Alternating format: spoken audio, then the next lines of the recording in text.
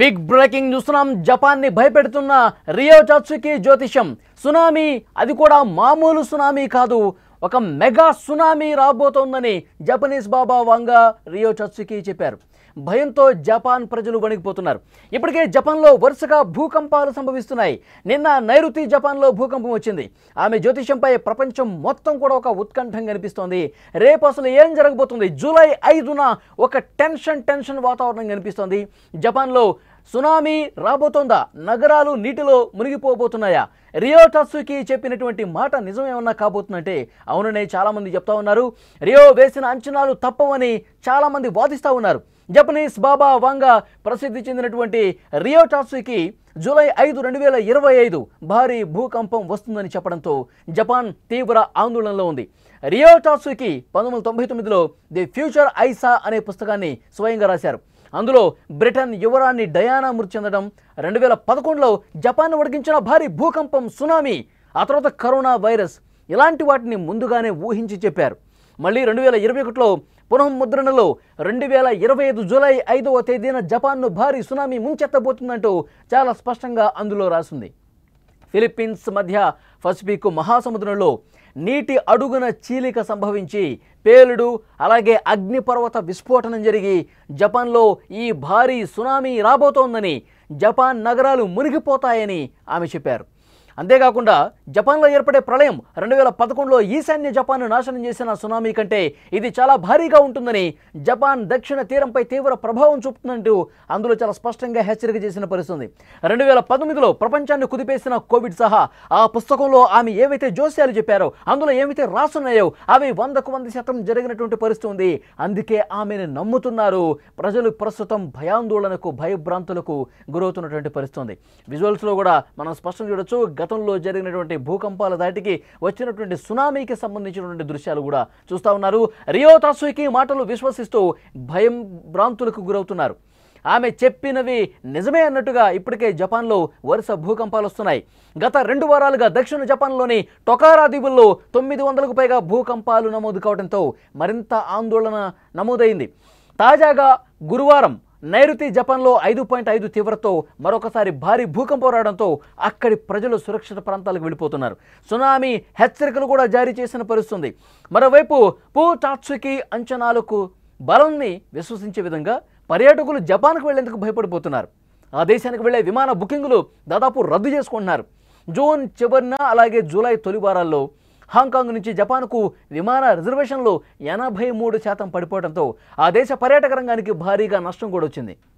అయితే ప్రభుత్వం మాత్రం ఇది అంచనాలకు ఎటువంటి శాస్త్రీయం కూడా లేదు, ఎలాంటి ఆధారాలు కూడా లేవు, ఎలాంటి వార్తలు మీరు నమ్మవద్దు అంటూ ఒకవైపు ప్రభుత్వం నుంచి, అధికారుల నుంచి వస్తున్నప్పటికీ కూడా గతంలో కొన్ని నిజమైనవి కాబట్టి, గతంలో చాలా సందర్భాల్లో ఆ బుక్లో ఏవైతే రాసున్నాయో, ఏదైతే అంచనా వేశారో, ఏదైతే భవిష్యవాణి చెప్పినటువంటి పుస్తకం ఉందో అందులో కొన్ని జరిగినాయి కాబట్టి ఇది కూడా జరుగుతుంది. జపాన్లో ఒకవేళ భూకంపాలు తరచుగా వస్తూ ఉంటాయి. అతిపెద్ద భూకంపం వస్తే, అతిపెద్ద సునామీ ఒకవేళ వస్తే మా ప్రాణాలు నీటిలో కలిసిపోతాయి కదా అన్న ఒక ఆందోళన అక్కడ ప్రజలకు కనిపిస్తుంది.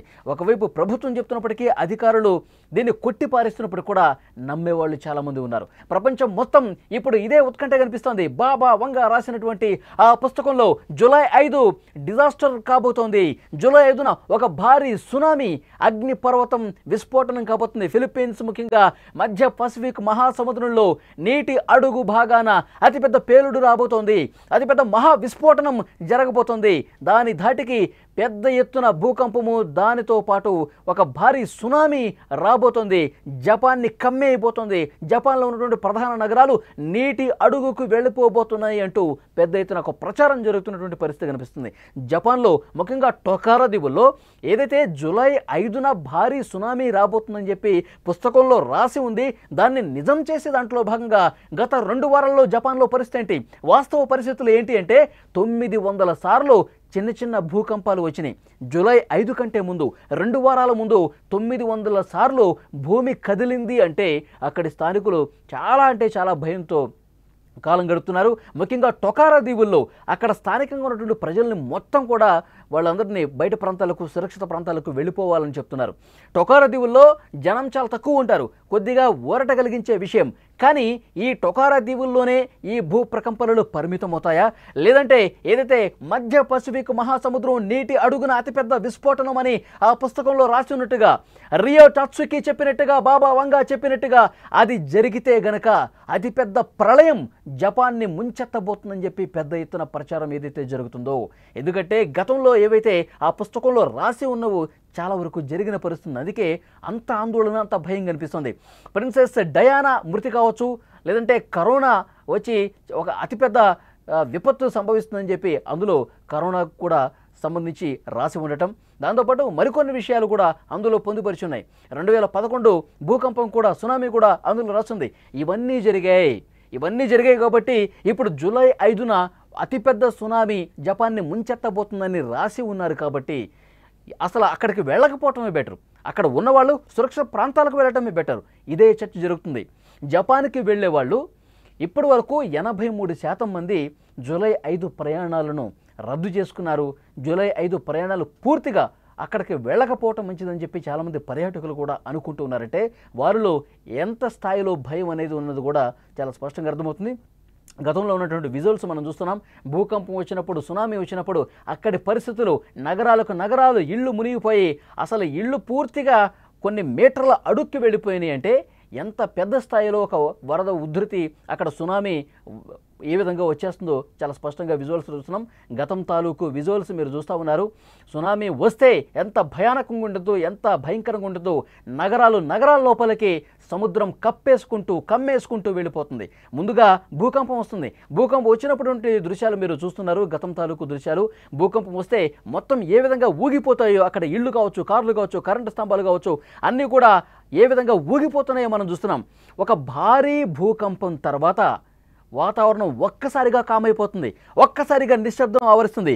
కొన్ని నిమిషాలలోనే భూకంపం తర్వాత కొన్ని నిమిషాలు గ్యాప్ ఇచ్చిన తర్వాత అంతా నిశ్శబ్దంగా ఉన్న సమయంలో ఒక్కసారిగా పెద్ద ఎత్తున అలలతో సముద్రం నగరాల్లోకి చొచ్చుకొచ్చేస్తుంది.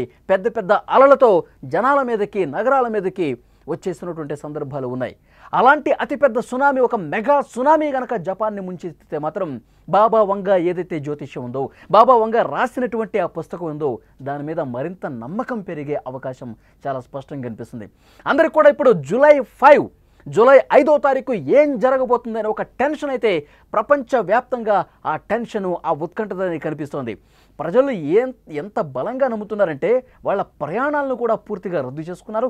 అక్కడ ఆల్రెడీ నివసిస్తున్న వాళ్ళు చాలా దూరంగా వెళ్తున్నారు. ప్రభుత్వం ఒకవైపు చెప్తున్నప్పటికీ కూడా అధికార యంత్రాంగం అక్కడ ఒకవైపు ఏర్పాట్లు చేస్తూ ఉన్నారు, సురక్షిత ప్రాంతాలకు తరలించింది. ఎందుకంటే ఇప్పటికే అక్కడ 900 సార్లు చిన్న భూ ప్రకంపనలు వచ్చాయి కాబట్టి ప్రభుత్వం తీసుకోవాల్సిన జాగ్రత్తలు తీసుకున్నారు. కానీ ఏదైతే పుస్తకంలో రాసిందో, బాబా వంగా చెప్పిందో, జూలై 5వ తారీఖు ఒక మెగా సునామీ అని చెప్పి చెప్తా ఉన్నారు.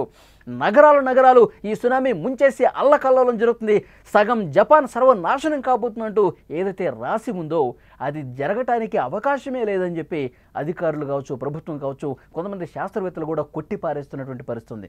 ఒకవేళ నిజంగా ముందస్తు జాగ్రత్త చర్యలు తీసుకోకుండా వాటిని కొట్టిపడేసి ఉంటే గనక అది ఒకవేళ నిజమైతే, ఒకవేళ అంటూ చాలా స్పష్టంగా అక్కడ ఉన్న ప్రజానీకం చెప్తున్నారు. నిజమైతే ఏంటి పరిస్థితి? మేము ప్రాణాలు కోల్పోవాలా? అక్కడ నీటిలోనే మేము సమాధి కావాలా? అంటూ చాలామంది జపాన్కి దూరంగా, తమ నివాస ప్రాంతాలకు దూరంగా వెళ్ళి బతుకుతున్నటువంటి పరిస్థితి ఉంది. ఇప్పుడు బాబా వంగా చెప్పినటువంటి జోస్యం మీదే పెద్ద ఎత్తున చర్చ జరుగుతుంది. జూలై 5వ తారీఖు భారీ సునామీ ఏమైనా రాబోతుందా? నగరాలు నీటిలో పూర్తిగా మునిగిపోయే అవకాశం ఉందా? రియో టాట్సుకి చెప్పిన మాట నిజం ఎంతవరకు అవుతుంది? దీని మీదే అంచనాలు చేస్తూ ఉన్నారు. రియో వేసే అంచనాలు తప్పని వాదించేవాళ్ళు కొంతమంది, లేదు జరిగి తీరుతుంది, పెద్ద ప్రమాదం రాబోతోంది, 5వ తారీఖు అతిపెద్ద భూకంపం కూడా రాబోతున్నట్టు నమ్మే వాళ్ళ సంఖ్య కూడా ఉంది. రియో టాట్సుకి 1999లో ది ఫ్యూచర్ ఐస్ అనే ఒక పుస్తకాన్ని రాశారు. ది ఫ్యూచర్ ఐసా అనే పుస్తకంలో చాలా స్పష్టంగా అందులో రాసింది. బ్రిటన్ యువరాణి డయానా మృతి కూడా అందులోనే రాసింది. 2011లో జపాన్ భూకంపం వస్తుందని అందులో రాసింది. సునామీ పెద్ద ఎత్తున రాబోతుందని అందులో రాసింది. కరోనా వైరస్ కూడా ముందుగా ఊహించి రాశారు. మరి ఇవన్నీ జరిగాయి కదా. ఇవన్నీ జరిగాయంటే మరి 2025 జూలై 5 అని రాసింది కదా, అతిపెద్ద డిజాస్టర్ సునామీ అని రాసింది కదా. మరి ఇది ఒకవేళ జరిగితే ఏంటి మా పరిస్థితి అనే ఒక భయం, ఒక ఆందోళన విపరీతంగా కనిపిస్తుంది. దానికి తగ్గట్టుగా ఈ 2 వారాల్లో చిన్న చిన్న భూ ప్రకంపనలు 900 వచ్చాయి. 1, 2 కాదు, 100 కూడా కాదు, 900 చిన్నపాటి భూకంపాలు టొకారా దీవుల్లో వచ్చాయంటే జపాన్లో ఏదో జరుగుతుంది. సముద్ర భూగర్భంలో ఏదో అలజడి రేగుతోంది. ఇది సునామీ వైపు దారి తీస్తుందా? బాబా వంగా చెప్పింది నిజం కాబోతోందా? ఇలాంటి భయం అనేది చాలా మందిలో కనిపిస్తుంది. ఫిలిప్పీన్స్ మధ్య పసిఫిక్ మహాసముద్రంలో నీటి అడుగున చీలిక సంభవించి పేలుడు జరగబోతోంది. నీటి అడుగు భాగంలో ఉన్నటువంటి అగ్నిపర్వత విస్ఫోటనం జరిగి పెద్ద ఎత్తున జపాన్ని ముంచెత్తబోతుందని చెప్పి చర్చ నడుస్తున్నటువంటి సమయంలో ప్రపంచం మొత్తం కూడా చాలా ఉత్కంఠగా జపాన్లో ఏం జరగబోతుందని చెప్పి 2 కళ్ళు అప్పగించి చూస్తున్న పరిస్థితి. ఏమీ జరగకపోతే అంతా ప్రశాంతం, అందరూ ఊపిరి పీల్చుకుంటారు. ఒకవేళ అతిపెద్ద భూకంపం వస్తే మాత్రం పరిస్థితులు చాలా భయంకరంగా ఉంటాయన్నది ఈ జోస్యాన్ని నమ్మిన వాళ్ళు చెప్తా ఉన్నారు.